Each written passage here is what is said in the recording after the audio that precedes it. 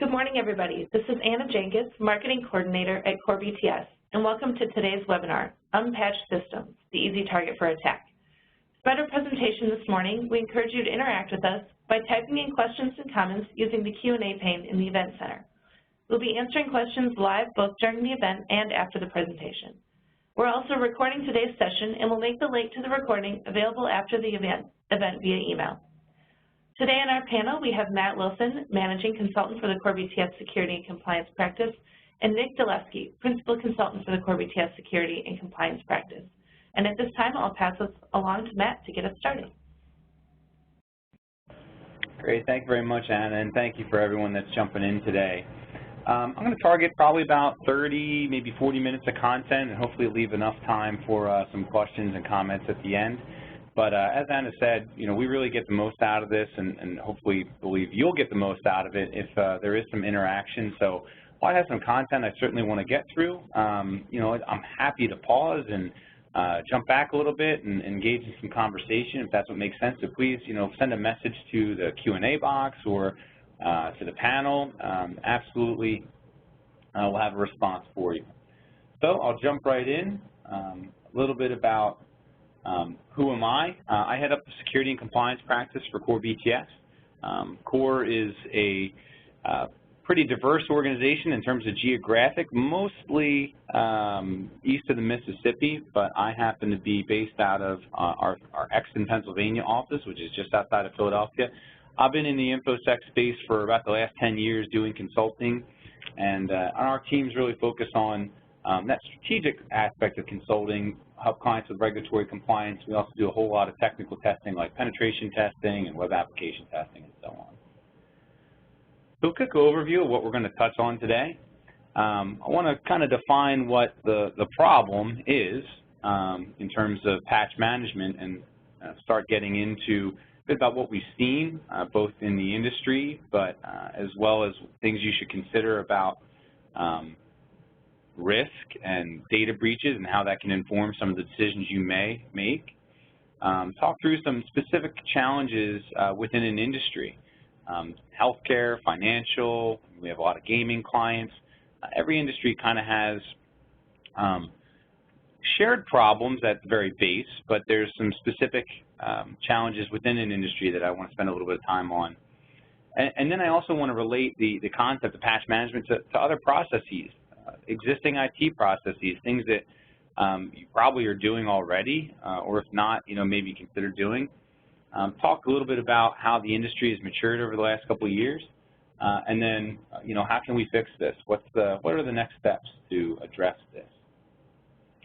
So I like to set a goal when we do presentations so that everyone kind of knows that at least my thought process coming into it, and hopefully this is something you can get out of it, is, have a bit of an increased understanding of some of the challenges with patching, keeping systems up to date, so that you can maybe change some process, maybe enhance some policy, the written word, and ultimately reduce some of your effort. And in doing this, and kind of drinking from the Kool-Aid that I'm pitching here today, you'll have an environment that's a bit more stable and secure. So what is the actual problem? What does patch management mean? Really, it's a process, right? It's formalized. It might be codified in a policy. Again, that's the written word. It's an administrative control. And it's something that should include all systems, applications, and devices. And it's both the maintenance of just, maybe feature function type patches, but more importantly and more relevant to the conversation today are the security updates. So you might have different processes to handle one or the other, but make sure that you do.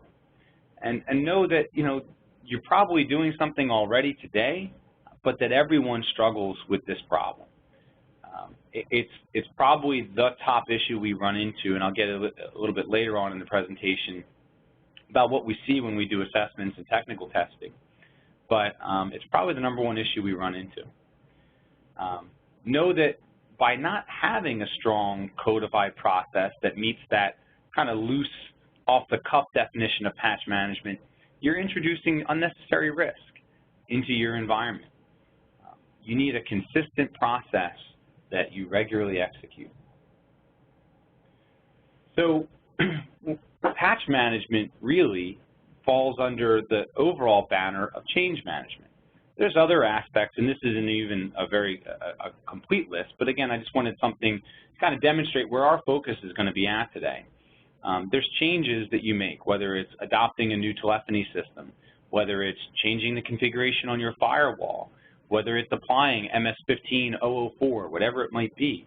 You're making changes. So that's all part of, hopefully, in your environment, some kind of formalized change management process. But our focus today is on that subset of patch management and specifically getting into operating system, application, and network device patching. But this is something that we encounter when we actually engage our clients. There seems to be, even still today in 2015, quite a bit of hesitation with having such a, having a policy, which a lot of organizations just maybe don't like writing down.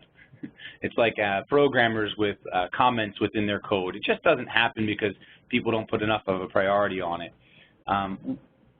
Organizations that don't take the patch management problem very seriously, this is typically what we hear. It could break something. I need this uptime. I don't have a maintenance window. Really, for me, patches are very difficult to implement and manage.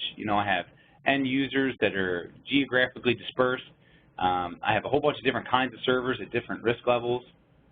And really, I have more pressing IT issues that just make patching as part of my day-to-day activities. It's just not high up on my priority list. So I want to take a moment and just kind of break down each one of these and question, are patches really harmful? Look, no doubt, vendors have a reputation. Cisco in particular seems to have a reputation with our clients of having fixes that tend to break some things, and that's unfortunate. I can't say if it's true or not true. Your experience is invaluable, and that should, help you judge how you would approach the problem. But what I can say for sure is I'm not recommending to blindly apply all patches. But if you're not doing some kind of risk assessment, I'm kind of being hesitant calling it that, but some kind of evaluation of the risk of applying that patch or not applying that patch, and weighing in the concept of a controlled outage, which might be during a maintenance window, where you control the date and time where you're implementing those fixes, that even if they do break something, at least it was in a controlled manner and you would have a backup plan, versus an actual security incident where you would have really no control. And I'll relate a story from a customer engagement just a year or so ago, where it was one of our healthcare clients, and they do some testing, or I'll just call it laboratory testing, and they had a virus get into their environment. And it ran rampant. Unfortunately, there was no network segmentation from a security respect, and it infected all these laboratory PCs that were connected to very expensive medical instruments, and it caused an outage that lasted for days. And it was malware that took, I can't remember the specific exploit or specific vulnerability, but it took advantage of a well-known vulnerability, and the fact is they just simply did not apply any patches. That was their policy, to just not apply security updates to anything within their environment, and that stung them.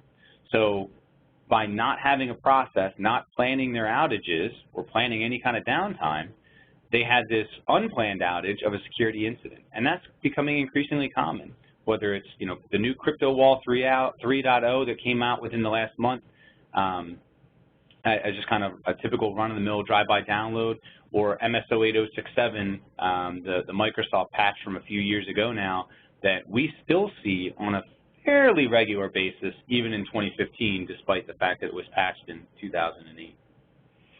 And really, this is where I question, how harmful patches can be, because if we're doing other things, other IT processes like testing, something that used to be much more prevalent years ago, I felt, or I feel, it just seems like organizations have moved away from testing. And maybe in some senses it's good in this because we're much more virtualized and we feel safe with the backup and recovery processes that we have in place.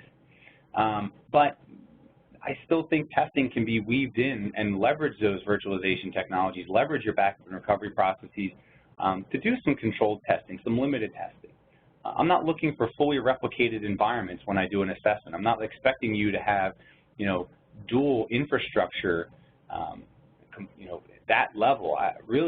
I'm looking, just for testing, I should say, I'm looking for you having just some sort of test process that you're regularly executing. And then we have the issue of the 24/7 by 365 downtime or uptime. There's this idea that, especially from senior management, that IT is utility. It just has to simply work. Well, this could require a culture shift in your organization. It could be difficult, but just make sure you set the appropriate expectations. Meet with your stakeholders. If you are if you are a stakeholder outside of IT, engage your IT group and help them, enable them to do this. Make sure as an IT professional, you're planning those maintenance windows to align with the business. There's plenty of IT folks that are up long nights and work weekends and all that, and that's not always what has to be done. You can just work with the business. Make sure you're explaining the benefits of planned downtime. You're going to get that pop in security for sure, that's great, but you're going to get some possibly better performance, and it's an opportunity to maybe implement some other things. You could get in some other configuration changes or feature enhancements. And in terms of time, everyone's being asked to do more with less. So if you don't know it already, and I would hope you would, but just about every major vendor, especially notably Microsoft, has WSUS and System Center, and they've been around for years. There's some kind of automated solution that should make your life a bit easier. You might already have a license for it. I mean, WSUS is free to just about anybody, and System Center, depending on your licensing with Microsoft, and for sure I'm no Microsoft licensing expert, but you might already have a license for it and be able to leverage it. Make sure you're exploring other tool sets that other vendors might have. There's, third parties like the Shavliks of the world that have, solutions. There's GFI has some solutions out there to touch on third-party applications. But increasingly, you're seeing the vendors have a pretty robust solution themselves. So make sure you're aware of that, whatever software package or packages or platform you're on. And as you look at what you should patch, I like that concept of a platform.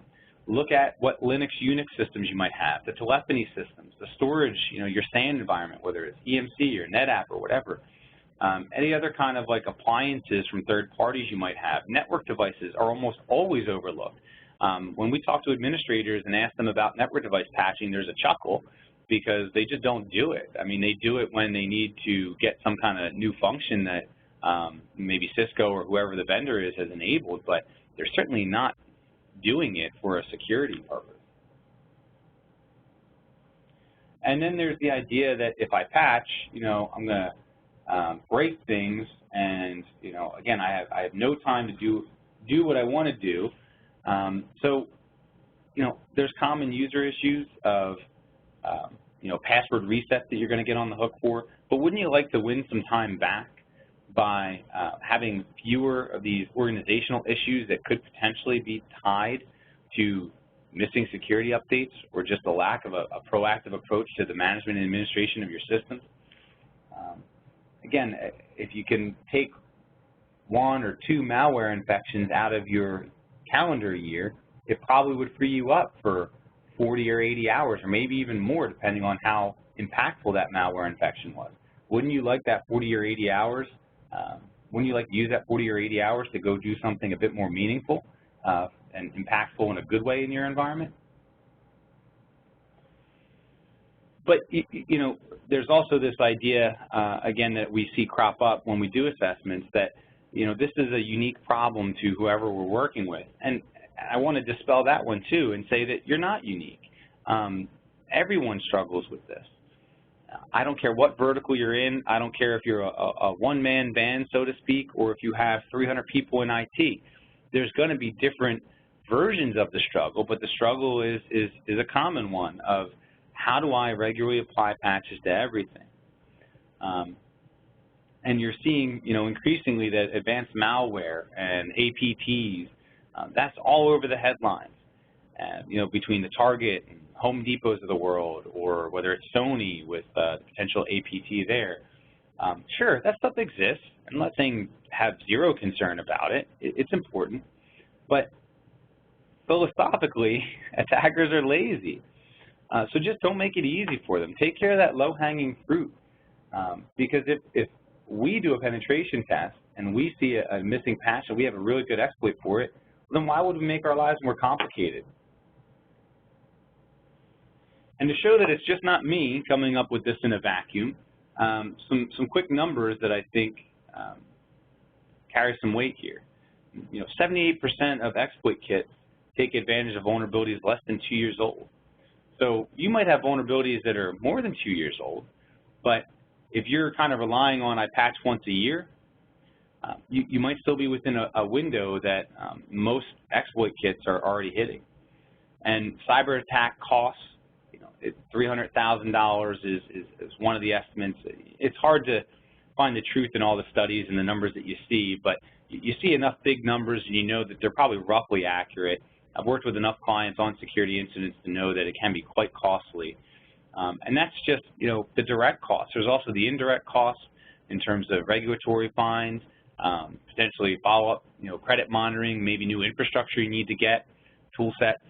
I think I saw an article last night that, there could be, I think they're capping it, and it's more that with a target breach of up to $10,000 per user. Now, highly unlikely $10,000 will be the norm. It'll probably be much, much less for the target breach.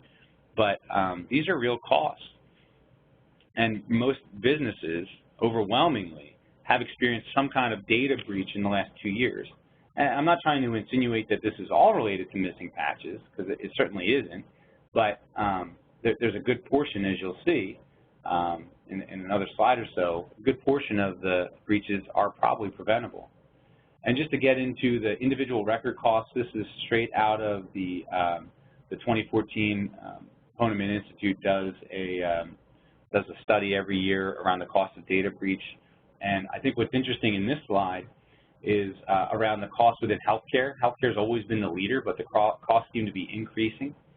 And if you contrast that with retail, at $100, roughly just over $100 a record for a retail breach, I think that speaks to the value or the simple economics of it, of supply and demand, right? In the retail environment, you've had quite a few breaches there, quite a large number of records exposed, and the records are mostly credit card data. But when you look at the top couple, healthcare, education, pharmaceutical, financial, what's the trend there? What's the common thread? And what I see is more valuable data than beyond the credit card. It's potentially data to perform identity theft and other kinds of fraud. So in terms of how attacks actually happen, and this is from an infographic that Bloomberg recently put together, in terms of cause over time, and as you go to the right, it's closer to the present, you're seeing a malicious outsider be involved for the majority of some kind of data breach. You're also seeing some physical loss here and there and accidental data loss here and there, but the overwhelming majority are outside attackers that are targeting environments, and most of the time it's kind of dumb luck on how they get in. But getting to the specifics of breaches and patching, just to connect the two even stronger for you, is this was announced last year, but the breach actually goes back to March of 2012. And Anchorage Community Health System, they have a $150,000 fine from Health and Human Services because they exposed 3,000 records of PHI, and one of the key rationales cited by HHS was that they were effectively negligent in terms of how they were patching or not patching and keeping their systems up to date. And then there was another case recently, more recently in late 2014 of OneStopParking.com. They had a CMS system that they were using called Joomla. You probably are familiar with it, but similar to like a WordPress publishing platform. And there was patches in that underlying application within Joomla specifically that allowed the attackers to exfiltrate credit card data. So this is real, and this is also why we talk about the different layers of where to patch, of systems, applications, and devices. And then there's the concept of a 0 day, which has been a buzzword for some time as well. And this is kind of the timeline of a 0 day, but it actually works for the overall concept of just patching, right? This is, again, specific to zero-day, but a zero-day flaw, for those that aren't aware, is something that is, I'll call it, built into the software from day one, right? As the application developers develop that application, there's a weakness within the software, and it just kind of sits there for years. At some point, right, that's when the vulnerability is created initially. At some point, that vulnerability is discovered. That's the second box. And a little bit after that, an exploit's made available. And then at some point after that, it's actually disclosed that there's this vulnerability.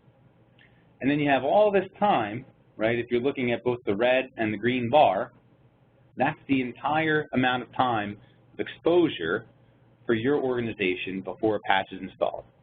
And that's a 0 day. So that's kind of your worst case scenario. But even if I shuffle it and I say that it's not a 0 day, it's something that is introduced later, you still have the green, right? You're still going to have the green bar where the vulnerability is disclosed and you have to do something about it. The vendor has to do something about it, and that patch is finally implemented. So there's a pretty significant time that you're exposed to that vulnerability or that exploit. And then there's the tools that folks use. We happen to use tools like Metasploit during penetration tests amongst many tools, but there's other exploit kits that are effectively commercial tools. There's a whole underground marketplace for the buying and selling of specific exploits, the buying and selling of kits. If you've heard of Black POS, because that came up quite a bit with the Target breach in late 2013, that was a commercially available, I think it sold, I want to say I heard numbers from like $1,500 to $2,000 a pop. So for $2,000, you could have yourself a pretty robust, feature-rich exploit kit. And attacks, again, that a tool set that we use during some of our attacks, know that most of them are open source. Tools like Metasploit are freely available, and folks are likely to adapt them. There's more than just Metasploit, obviously, but they're going to give us and the attacker the ability to probe, fingerprint, and exploit. Sometimes it automates things. There's some really complicated or higher level capabilities built in that can build on the wins, right? So it can see an open service on a system. It can identify and fingerprint what's there. It can then say it looks like it's running a certain version of software that's vulnerable to a specific exploit, and then it can auto-launch the exploit. And that's just scratching the surface of what some of the capabilities are within these tool sets. So larger attacks might use an exploit kit, but more focused attacks on maybe your specific organization, it might use something like a combination of tool sets, much like we would during a penetration test. And what we learn, again, I've referenced our assessments a number of times, but organizations really don't do documentation well. Very often everybody knows what the policy is, and we rely a lot on tribal knowledge to make sure. It's kind of like Jim has those systems, Matt has these systems, Nick has those systems. We just kind of assume everyone's executing their process. There's no check and balance. And we certainly don't have formalized documentation that says even what we should be doing. So it's kind of everyone's best guess. We also see that people aren't really doing vulnerability scans to identify issues proactively. And when we do our vulnerability scans, we find that there's probably, let's say if there's 100 systems in the environment, there's going to be 95 that are missing a couple patches here or there, but there's going to be 5 systems that have probably 100 different vulnerabilities, 100 or 200 or 300 missing patches. There's a handful of systems that are largely ignored. And again, some of that's due to siloing of an environment. Some of it's due to just an assumption people are taking care of things. But it's very real. So think about those systems within your environment. You might have your Active Directory server regularly updated, but what about the server that's delivering your time entry application, or Kronos or something like that? Might not be updated on as frequently as some of the others. People have some of these automated tool sets like WSUS and SCCM, like I alluded to before, but they're really not taking advantage of all the features and functions that are available. Even in WSUS, you can schedule things to hit different servers. You can leverage Active Directory and do things with groups, and it's not maybe as robust as a System Center, or as robust as some of the other third-party tools that exist out there, but it's something, and it's something that can take the load off you as an IT administrator. And again, you know, the few organizations that are doing vulnerability scans, they're not using that information to be proactive. We'll give them vulnerability scan data when we run it, you know, again, during an assessment, and it's something that I can't say I've seen most clients really tackle and try to create a punch list for the initial findings, but more importantly, look at the trends. We see quite a bit of Apache missing patches, quite a bit of SQL Server missing patches. That's working at different layers of an application stack, or of the network stack, so to speak. But we really would like to see you address the underlying root cause. Why is Apache not updated? Why is your SQL Server database not updated? And then within certain industries, there's challenges that just the way people work, or the way people used to work, kind of bring. What we find in healthcare is there's a lot of siloed teams, people that have kind of IT functions like biomedical engineering, or health informatics, or medical records. Imaging is almost always some flavor of a separate department, and has, because of the systems that are involved in the applications and the heavy stress on, or heavy usage of data with like radiology images, they almost always have their own IT resources. And that really raises questions about who owns what. Is the server group responsible for that? Is it the individual business units that are responsible for that? And then there's a lack of understanding of where the patching levels are. Are we patching our EMR system, like our Epics, or our Meditechs, or Cerners, or Medents, or whatever? Are we getting at the web server level, like Apache, IIS? Are we looking at SQL Server, or MySQL, or Oracle? Network devices. Again, no one patches their routers, switches, or firewalls for the most part.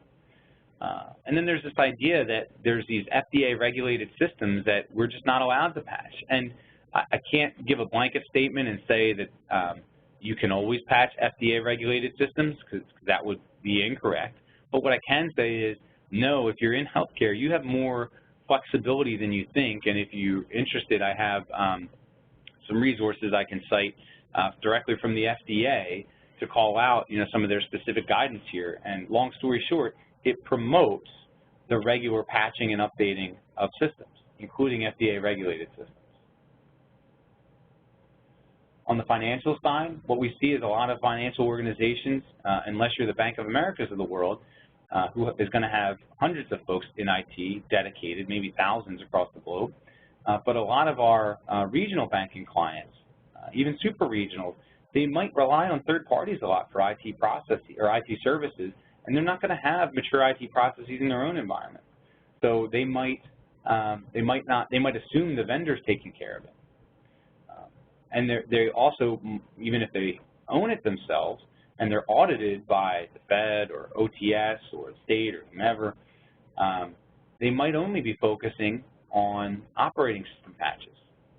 They might look at WSUS and say, oh yeah, I have a patch management process, I use WSUS to take care of my servers and workstations. That's great, 2 thumbs up from us. But you're still missing applications. You could be missing databases, you could be missing web servers, you could be missing you know, endpoint or end user applications like Adobe or Chrome or Firefox. And then in education, what we see is there's a lot of stress from IT folks because they have a 2 to 3 month window to get everything done.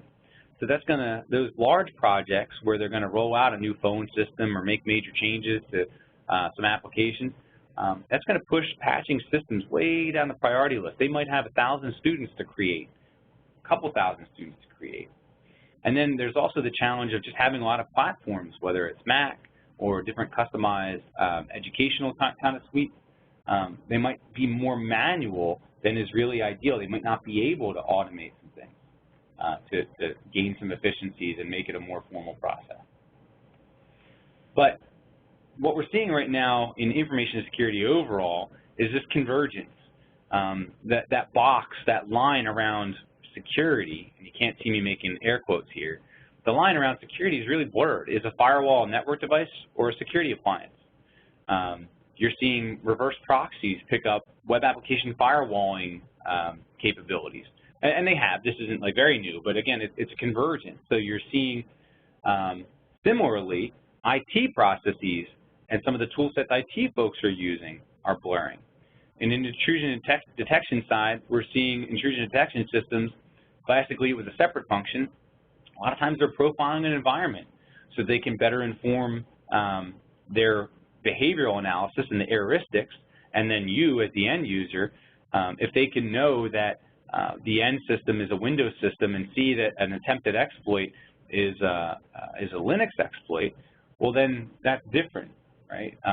It's still a problem that someone's attempting an exploit, but it's not maybe the highest priority where that exploit might actually be successful. We're seeing in vulnerability management, as some folks are adopting their own vulnerability management program, it's actually very encouraging for us to see that.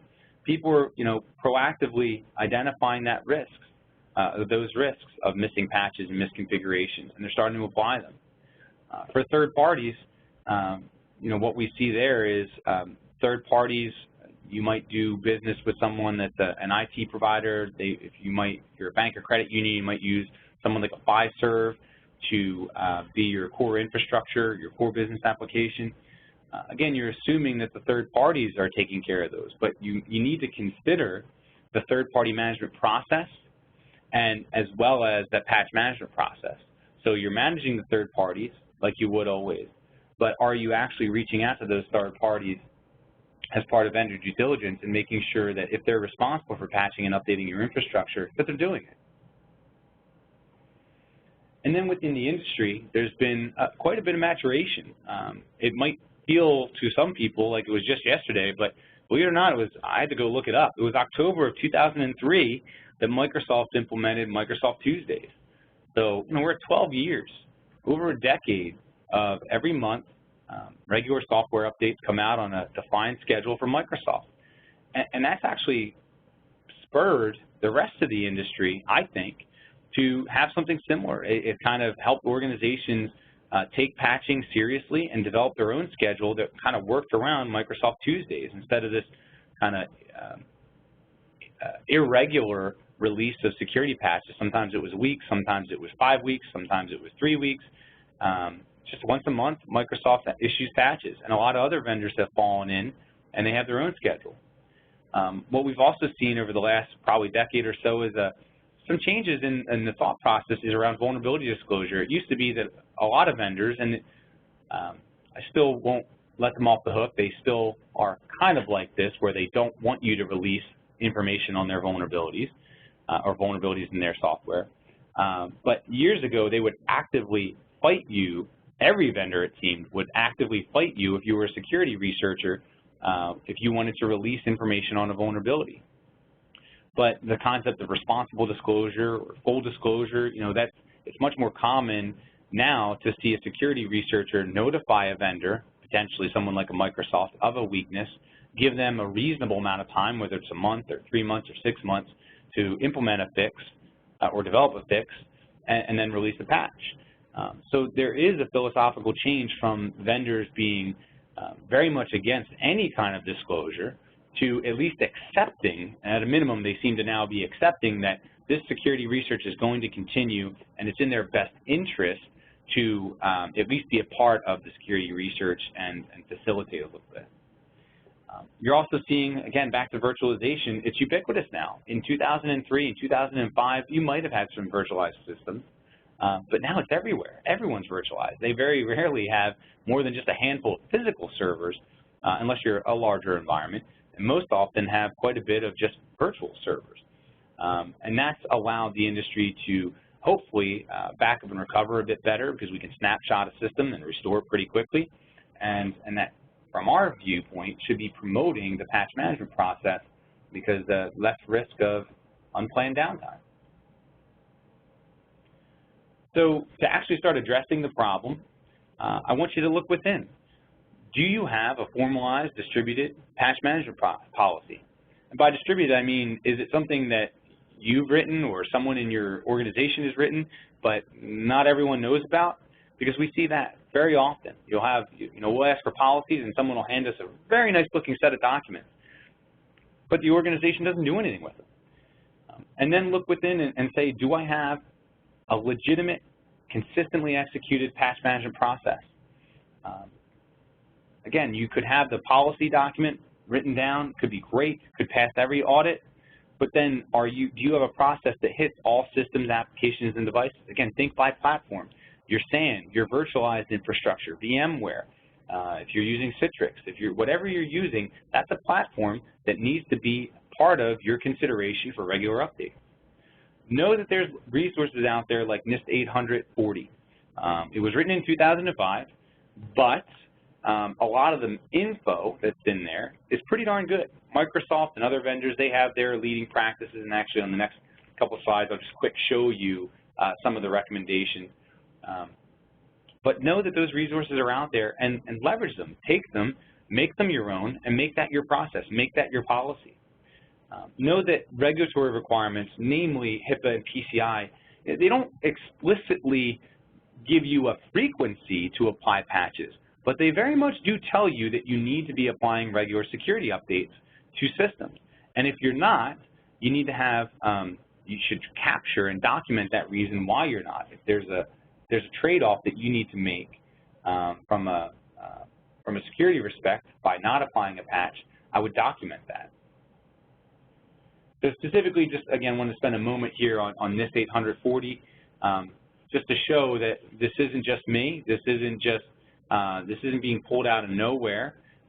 There is quite a bit of thought leadership that NIST and other organizations have put into something as basic as, have a patch management program. Roll it out in a phased approach. Make sure you're considering risk as you do it. Microsoft's leading practices, again, they're asking you to look at what patches you might have, whether you're going to need a reboot to actually implement it, and that's usually a very Microsoft thing.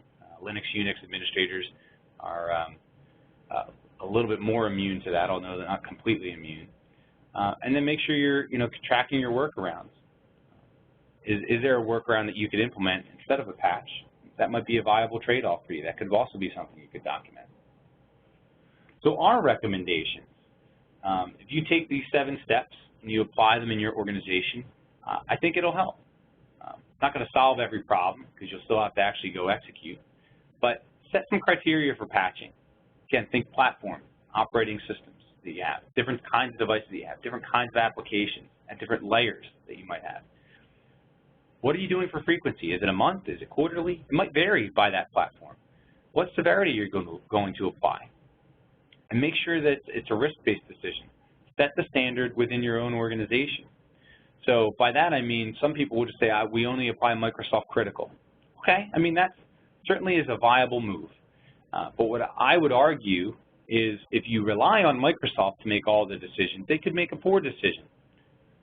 Make sure you are standing up some kind of process to regularly review, right? So that you're not just assuming that Microsoft got it right. And also just don't apply everything. You could be wasting a lot of your own resources, back to the earlier point of automation and how that can help you get more efficient. If you're wasting time applying all these patches that don't really mean a whole heck of a lot, well, that wasn't a good trade-off from a risk-reward standpoint. Make sure you're signing up the vendor list. Every vendor has a blog and a mailing list and all this stuff. And I know we all get enough email every day anyway, but pick your couple big vendors that you work with. You probably work with Microsoft. You might work with Cisco. Whoever else you might work with, whether it's Checkpoint or whomever, sign up to their mailing list. Get on some good security distribution lists. And make sure you're checking in on as what's going on in the industry. There's plenty of good blogs out there, from Brian Krebs to Bruce Schneier, that touch on very relevant events that are going on. Make sure you set some kind of standing meeting with your team to review updates across every platform. I know that sounds like a lot, but as you get into the habit of doing it, it might only take a half hour to an hour to do it on a regular basis. It could be weekly, could be twice a month, could be once a month. Pick a time frame that works for you. I don't get too hung up on specific time frames. Every organization is a bit different in terms of capability and culture. So make sure you tune it to what's right for you. Make sure you set up what you want to see out of your testing process. Make sure that you plan a rollout. You start with workstations to make sure that you reduce the risk of negatively impacting a server. Make sure you're implementing those fixes during a maintenance window. Really work hard to get that maintenance window if you don't have one today. Might be that culture shift that we talked about before, but it's going to allow you to do quite a bit and have some planned outages that can really benefit your organization to reduce those unplanned outages.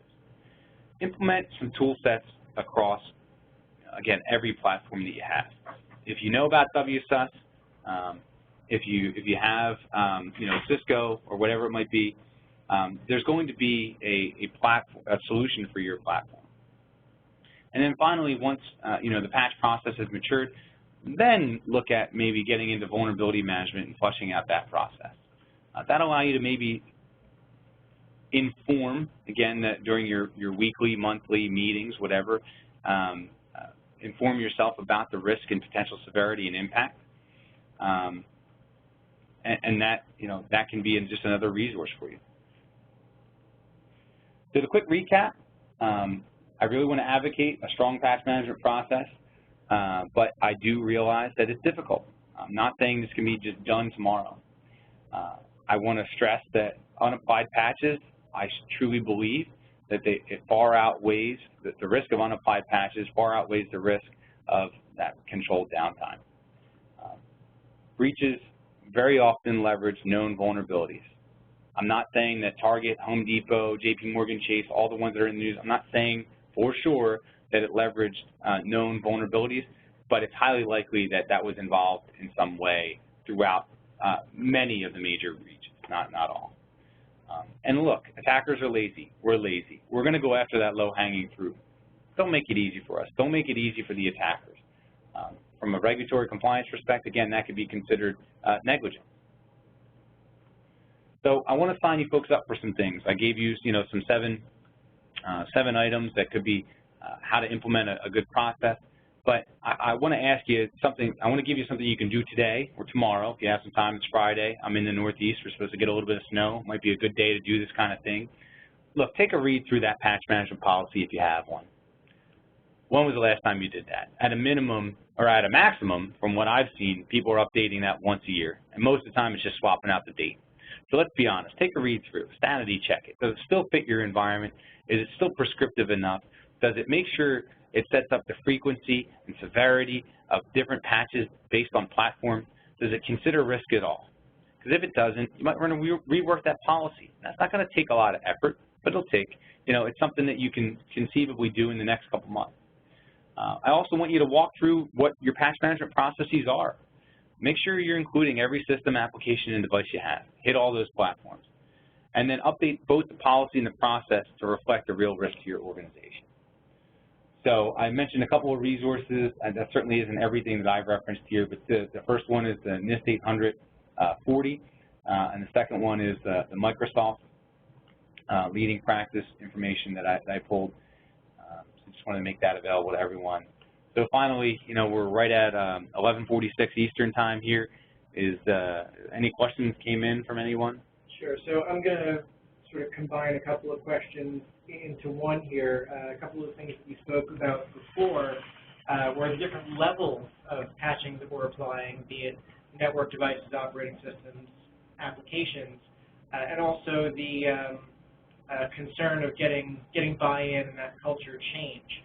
What are some tools and techniques that people can use to inform about the risk to the business? Yeah. So thanks, Nick, for recapping that. Thank you for everyone that fired in questions. What I'd say to that is there's no panacea here, right? There's no silver bullet, but strategies that I think work is a little bit of what we covered today. Talk to people, talk to your stakeholders. If there is hesitation, whether it's another IT group, whether it's your CEO or your CFO, inform them about the risk. Show them what's been going on in the industry, and that should instill a little bit of concern. I would also, explain, give them some numbers, how much time and effort you think it would cost you to implement a robust process that you regularly execute. give them some estimates on downtime, and then see if you can hold yourself to it. Maybe other things I've seen work is, get them to just buy off on the idea of a maintenance window, and maybe that's really where the issue is, that culture question. But if you can get them to buy off on a maintenance window, over time, they start to see that 1 or 5 hour, however many hours it is, that maintenance window isn't so bad, and the business didn't fold because of it. But I think the number one way to help kind of curry that favor is to highlight the risk, highlight the breaches. There's plenty of data. I mean, I've referenced a lot of data in here about 78% of exploit kits leverage vulnerabilities in the last 2 years. I gave some specific examples about breaches within different industries that involved missing patches. So I would really stress the risk to them. And if your organization is concerned about keeping its name out of the news, that's one angle. If you're a regulated organization like a bank, credit union, financial services company, healthcare organization, if you're a covered entity under HIPAA, I can give you, I don't know what it is, but it's going to be some flavor of CFR 164.306 something. HIPAA does have an explicit requirement to regularly update systems. So if you're a regulated environment, it's a pretty easy pushback for you. I'm not saying that wins the argument right there, but at least you have some ammo. And what I would kind of just add on to there from a technical perspective, I mean, there are also some tools you might have in your organization, things like your vulnerability scanners, vulnerability management applications that are capable of assessing those different layers and helping you determine, all right, how far behind am I on patching and where that technical risk actually lies in an organization as well. There are lots of third-party applications, that just get installed for this, for that, Notepad++, those sorts of things. If your vulnerability scanner has a credentialed scan option, that gives you a lot of data and informs you a lot about a lot of attack surface area that can be used to compromise an organization. That pretty much covered the questions that we had that came in during the presentation. I would invite anybody else to submit any questions they currently have as well. We can get to those. Okay. We still have a bunch of people on, so please feel free to fire away. If not, we can give you a couple minutes back in your day.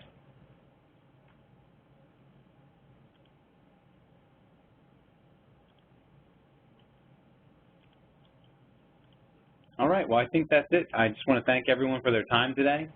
Please enjoy the rest of your week, and please reach out to us if we can be of any further assistance. Thank you very much, everybody.